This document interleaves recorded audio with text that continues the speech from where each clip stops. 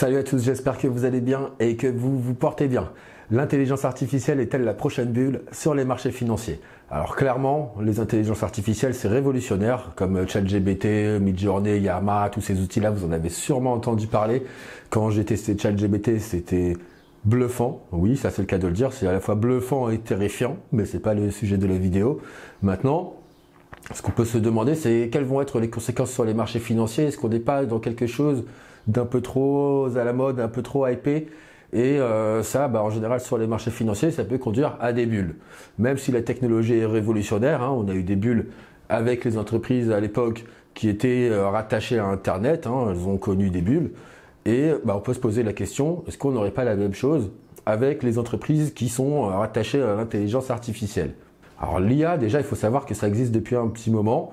Ça fait longtemps que, par exemple, on a des IA qui battent les meilleurs joueurs d'échecs. Mais ça a été en fait boosté avec OpenAI qui a dévoilé son ChatGPT au grand public. Et maintenant, on n'entend plus que parler de ça. Quand j'ouvre ma boîte mail, on me parle d'IA. Quand je suis dans la voiture et que je mets la radio, on me parle d'IA. Quand j'ouvre le YouTube et que je veux regarder une vidéo, il y a quelqu'un qui, à travers une pub, m'explique que je vais devenir millionnaire avec l'IA. Donc tout ça, déjà, ça doit vous mettre la puce à l'oreille et vous dire que il y a quelque chose qui est un peu bizarre. Maintenant, qu'est-ce qu'une bulle? Une bulle, en deux mots, ça va être une anomalie de marché. Une anomalie de marché dans laquelle on va avoir des acteurs qui ne seront plus très rationnels. C'est le comportement très émotif et moins rationnel de ces acteurs, ça va les pousser en fait à être cupides, puisque oui, on a une technologie révolutionnaire.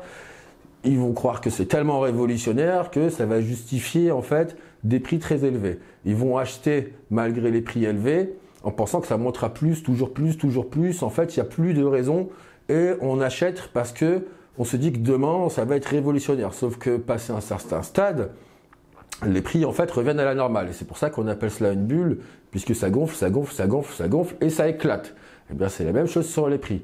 On peut comparer ça de manière plus parlante avec un élastique sur lequel on va tirer. Au bout d'un moment, l'élastique, on ne pourra plus tirer dessus, il sera trop tendu et en 2 secondes, il revient à son point de départ. Et c'est précisément ce qui arrive sur certains prix pour certaines boîtes. On le verra en fin de vidéo, je prendrai des exemples avec des exemples graphiques. Maintenant, est-ce qu'on peut faire de l'argent avec une bulle? Bien sûr, il y a de l'argent à faire avec des bulles, mais ça ne va pas être le cas de tout le monde, puisque pour faire de l'argent dans une bulle, il faut être conscient qu'on est dans une anomalie. Donc ça, c'est la première chose à faire, c'est être conscient qu'on est dans l'anomalie. Ça peut paraître bête dit comme ça, mais croyez-moi, il y en a beaucoup qui ne sont pas conscients d'être dans une anomalie, qu'il y a des bulles. Il suffit juste de regarder autour de vous, vous verrez très probablement qu'il y en a qui vont acheter tout en haut et qui vont trouver ça et qui vont avoir l'impression de faire une très bonne affaire. Malheureusement pour eux, quand les prix se retournent, ils restent coincés avec des actifs qui ne valent plus rien et ils continuent de se dire que ça va monter, alors qu'ils auraient pu mettre leur argent ailleurs. Donc ça, c'est la première des choses. Pour profiter d'une bulle, c'est être conscient qu'on est dans une anomalie. Et une fois qu'on est conscient qu'on est dans l'anomalie, on ne va plus avoir un comportement d'investisseur, on va se mettre en mode trader. On va se mettre en mode trader puisque là, ce ne sera plus une question d'acheter des titres pas chers, ça va être une question d'acheter au bon timing, acheter et vendre au bon timing. Et ça, c'est le fonctionnement d'un trader. Donc ça va être une question de timing. Maintenant, le timing, là, on peut dire que si on se pose la question de savoir s'il y a une bulle, c'est qu'on est au début. On est au début de la phase où on va être dans une bulle, bien qu'on ait déjà des actions qui coûtent très cher. Maintenant, elles peuvent encore monter. Donc c'est ça qu'il faut avoir en tête, c'est que pour intervenir sur une bulle, on va pouvoir accepter d'acheter des actions chères. Mais comme on est conscient qu'on est dans l'anomalie, on sait qu'on va les revendre plus cher. Le plus difficile maintenant, ça va être de sortir. Et pour accepter de sortir de ces positions, de telles positions, il faut savoir qu'on est dans l'anomalie et on acceptera naturellement de vendre ces titres, non pas au plus haut, mais avec une belle plus-value. Et tout en protégeant son capital de ce retournement. Maintenant, le retournement, est-ce qu'on peut le prévoir? C'est difficile à prévoir, mais il y a des signes, comme sur un élastique qui va avoir des petites fissures quand on va commencer à le tendre, sur les prix, on va voir ces petites fissures apparaître. Ces petites fissures n'arriveront pas juste avant l'éclatement de la bulle, mais ce sont des indications qui vont nous permettre de déboucler les positions. Donc, pour voir ces fissures, comme on fonctionne comme un trader, eh bien, on va se mettre sur le graphique. Et juste avec des bougies japonaises, on peut voir ces petites fissures et sortir. Donc, on a eu le cas avec la bulle Internet, on a eu le cas avec les bitcoins, on l'aura probablement avec l'intelligence artificielle.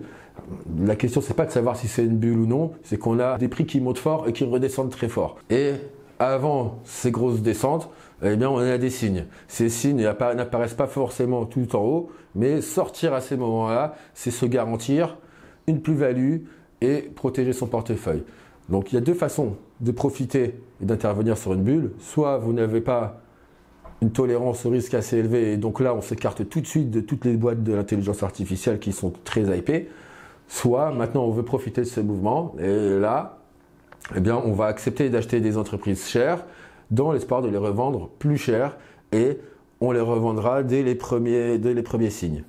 Donc moi, c'est ma manière de fonctionner. Attention, je n'ai pas la vérité absolue, mais sur le Bitcoin, sur la dernière bulle sur les boîtes technologiques, là, les GAFAM, sur toutes ces bulles-là, je suis toujours sorti au bon moment. Là, j'ai par exemple acheté du Google, du Alphabet, à 92 à peu près. Là, ça vaut 120. Je pense que ça va encore bien monter. Mais ça, c'est des boîtes que j'ai pas une vision d'investisseur sur ces boîtes-là. C'est vraiment une vision de trader et je vais sortir quand je le jugerai nécessaire, mais pour l'instant, ce n'est pas le cas. On a Nvidia, par exemple, qui commence qui monte fortement. Maintenant, attention, avec Nvidia, ça fait quand même une grosse bougie. Moi, j'attendrai un petit peu que ça se tasse pour me placer dessus. Mais ça peut encore bien monter. Ça peut encore bien monter. Maintenant, voilà, il faut être conscient qu'on est dans une anomalie. On va se mettre sur mon écran pour prendre des exemples d'entreprises qui ont bullé et voir un peu comment on peut intervenir sur ces prochaines entreprises qui vont buller. Bon, on va maintenant se mettre sur mon écran pour prendre des exemples pratiques. Alors, j'ai choisi deux entreprises et le cas du Bitcoin pour illustrer un peu le trading de bulles. Donc là, on a Fiverr. Donc Fiverr, vous voyez, c'est une entreprise, bon, elle n'a pas beaucoup d'historique depuis 2019. Elle a connu un gros mouvement haussier et bah, elle est revenue à son point de départ. Là, aujourd'hui, ça vaut 26 $. C'est monté jusqu'à quand même 337 $. Je ne suis pas sorti sur les 337 $. C'est une entreprise que je détenais, Fiverr. Moi, je suis sorti à ce niveau-là, au niveau de la ligne jaune. Vous avez votre gros mouvement haussier qui est là. Comment on peut savoir que là, ça commence à puer? Bah écoutez, on a ici, dès que vous voyez ces deux grosses bougies, donc là, on a un gros mouvement baissier. Donc, on passe de 192 à 129. OK? Donc, dès que vous avez ces deux bougies, là, déjà, vous savez que bon, bah, ça commence à puer. Surtout qu'on commence à partir après d'un précédent mouvement baissier. Ça revient un petit peu. Donc, moi, ce que j'avais fait, c'est que quand vous avez deux grosses bougies baissières comme ça, vous pouvez en avoir une troisième, mais c'est bien de sortir au moment où c'est vert. Donc, moi, ce que j'ai fait, c'est que je suis sorti à peu près à ce niveau-là. OK? Donc faites pas attention à la ligne jaune, mais voilà, je suis sorti à ce niveau-là, je suis rentré aux alentours des 40 $. Donc ici. OK? Donc, certes, j'ai raté le haut du mouvement jusqu'aux 337 $, mais je me suis sécurisé une grande plus-value. Donc, vous ne sortirez pas forcément le plus haut possible, mais prendre le risque d'attendre d'être à ici, bah après, vous sortez plus jamais, quoi. Vous revenez à 26 $. On va prendre un deuxième exemple maintenant. Ça, c'est une entreprise que je n'avais pas, mais c'est un exemple qui m'a marqué. C'est Snapchat. Snapchat, c'est pareil. Donc là, je le mets en daily, puisque c'est en daily qu'on voit les... Parce que quand vous êtes en train de trader l'actif, on ne regarde pas le graphique en weekly, vous allez le regarder tous les jours en trading de bulles. Donc on le met en daily. Donc là, pareil, vous avez un mouvement rapide et puissant qui nous amène... Alors voilà, quand on casse cette résistance-là, on est à peu près à 21 $. On monte jusqu'au 83 $, donc le prix fait quasiment x4, avant de se casser la figure comme l'élastique dont je vous parlais, et actuellement on est à 10 $. Donc là, sur cette boîte-là, on a un gros gap haussier aussi. Je serais sorti... Alors c'est facile de se dire on serait sorti là, quand on voit comment ça s'est passé juste avant. On va se le mettre comme ça. Comme ça. Donc là, vous voyez, voilà, vous voyez l'actif qui casse la résistance ici à 21 $. Hop, ça monte. On a tout de suite une vague de baisse. Donc là, c'est un peu risqué de se placer ici. On ne sait pas ce que ça va faire. Ça peut continuer à baisser et à revenir.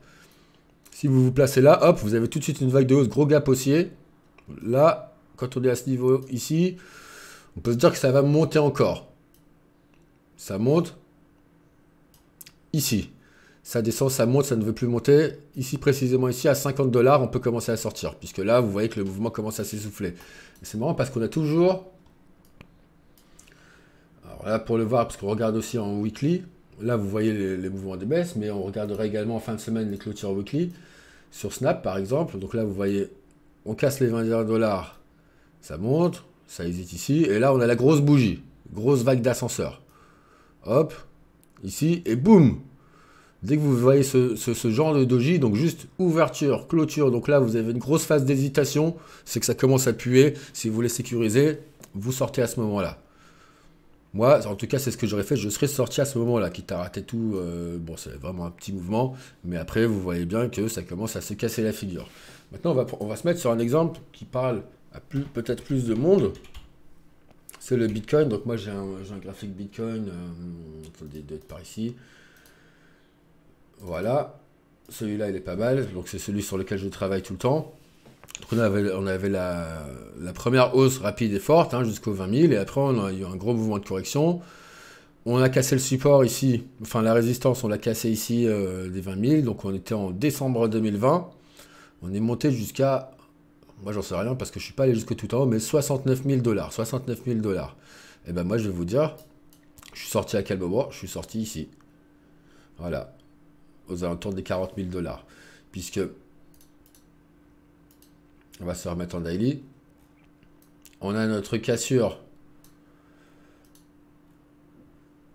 ici, le 12 décembre 2020. On a un gros mouvement de hausse. Donc moi, vous savez que si vous avez vu ma vidéo sur les vagues d'Elliott, j'aime bien compter les vagues. Donc, j'ai compté, grosso modo, 5 vagues de hausse avant de sortir. Donc là, on a notre première vague de hausse. 1, on casse le support. 2, 3, 4, et là la cinquième, donc pour moi ici ça commençait à être la fin du jeu avec les petits doji ici. On a quand même des grosses mèches ici qui indiquent qu'il va y avoir, qui commence à y avoir une grosse pression vendeuse, mais qui indique qu'il va continuer à y avoir une grosse pression vendeuse. On rate certes ce mouvement qui nous ramène jusqu'aux 69 000 $, mais là vous voyez que ça commence à dériver.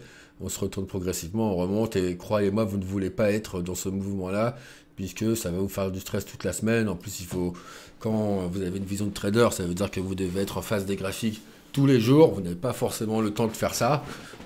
Moi, mes investissements, je les surveille même pas. Sauf quand on est dans du trading de bulles, là, il va falloir les regarder un petit peu, un minimum.